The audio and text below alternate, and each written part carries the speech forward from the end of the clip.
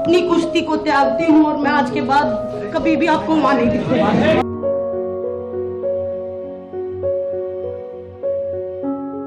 भाई मैंने पहले भी बताया था, बहन बेटियों की लड़ाई लड़ रहे थे। जो सम्मान हमें देश ने दिया है, उस सम्मान के साथ मुझे लगता है कि हम बेटियों को सम्मान नहीं दिला पाया, तो मुझे लगा कि मैं इस सम्मान का हकदार नहीं हूँ, इसलिए वापस करने आया था। जिसको संदेश लेना हो वो संदेश ले। दबदबा था, दबदबा रहेगा। पहलवान रो रहे थे, रोते रोते कुश्ती को अलविदा कह रहे थे, बल्कि पद्मश्री पुरस्कार भी वापस कर रहे थे। बीजेपी सांसद और कुश्ती संघ के पूर्व अध्यक्ष पहलवानों को इशारों इशारों में धमकी दे रहे थे। दबदबा था, दबदबा है और दबदबा रहेगा कहने की बात भी बोल रहे थे। लेकिन कहते हैं दबंगई ज्यादा दिनों तक नहीं चलती है, या फिर यूं कहें कि जिन पहलवानों ने इंसाफ मिलने की उम्मीद खो दी थी, उन पहलवानों को एक बार फिर इंसाफ की उम्मीद जगी है।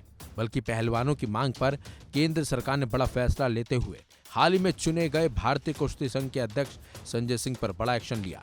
और तो और खेल मंत्रालय ने पूरी फेडरेशन को निलंबित करने का आदेश तक जारी कर दिया। वहीं WFI के अध्यक्ष संजय सिंह समेत सभी सदस्यों को भी निलंबित कर दिया गया है। इस आदेश में संजय सिंह द्वारा जारी सभी आदेशों पर रोक लगा दी गई है। WFI के चुनाव के बाद से अध्यक्ष संजय सिंह विवादों में थे। चुनाव के बाद पहलवान साक्षी मलिक ने संजय सिंह को पूर्व अध्यक्ष ब्रजभूषण का करीबी होने का आरोप लगाते हुए कुश्ती से संन्यास ले लिया था और बजरंग पुनिया ने पद्मश्री पुरस्कार ही वापस कर दिया था। चलिए अब आपको बताते हैं खेल मंत्रालय के आदेश की 5 बड़ी बातें।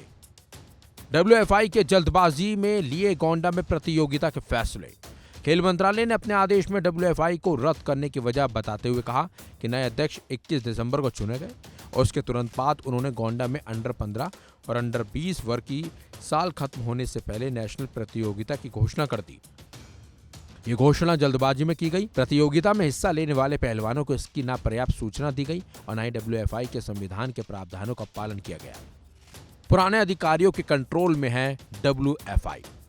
खेल मंत्रालय ने अपने नोटिस में ब्रजभूषण सिंह को साफ संदेश दिया है कि नोटिस में कहा गया है कि ऐसा लगता है कि नवनिर्वाचित फेडरेशन खेल एथिक्स की अवहेलना करते हुए पूर्व पदाधिकारियों के कंट्रोल में है।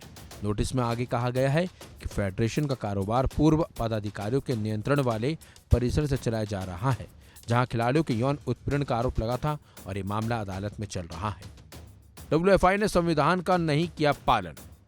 WFI के संविधान की प्रस्तावना के खंड 3 के अनुसार फेडरेशन का उद्देश्य कार्यकारी समिति द्वारा चयनित स्थानों पर UWW नियमों के अनुसार सीनियर, जूनियर और सब जूनियर राष्ट्रीय चैंपियनशिप आयोजित करने की व्यवस्था करना है।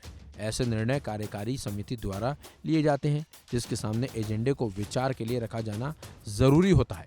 इसके लिए बैठक होती है, नोटिस देना होता है, कोरम पूरा करना होता है।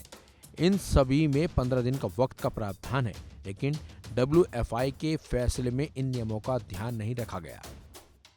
WFI के फैसलों से नई फेडरेशन की मनमानी की बू आ रही। नए फेडरेशन के इन कामों से मनमानी की बू आती है, जो सुशासन के स्थापित सिद्धांतों के खिलाफ है और पारदर्शिता और उचित प्रक्रिया नहीं है। निष्पक्ष खेल, पारदर्शिता और जवाबदेही सुनिश्चित करने के लिए नियमों का पालन जरूरी है। एथलीटों, हितधारकों और जनता के बीच विश्वास बनाना महत्वपूर्ण है। खेल एथिक्स और संविधान का किया उल्लंघन। खेल मंत्रालय ने कहा है कि WFI के नवनिर्वाचित निकाय द्वारा लिए गए फैसले स्थापित कानूनी और प्रक्रियात्मक मानदंडों के प्रति घोर उपेक्षा दर्शाते हैं, जो WFI के संवैधानिक प्रावधानों और राष्ट्रीय खेल विकास संहिता दोनों का उल्लंघन करते हैं। फिलहाल इस खबर में बस इतना ही। अपडेट्स के लिए बने रहिए वन इंडिया हिंदी के साथ।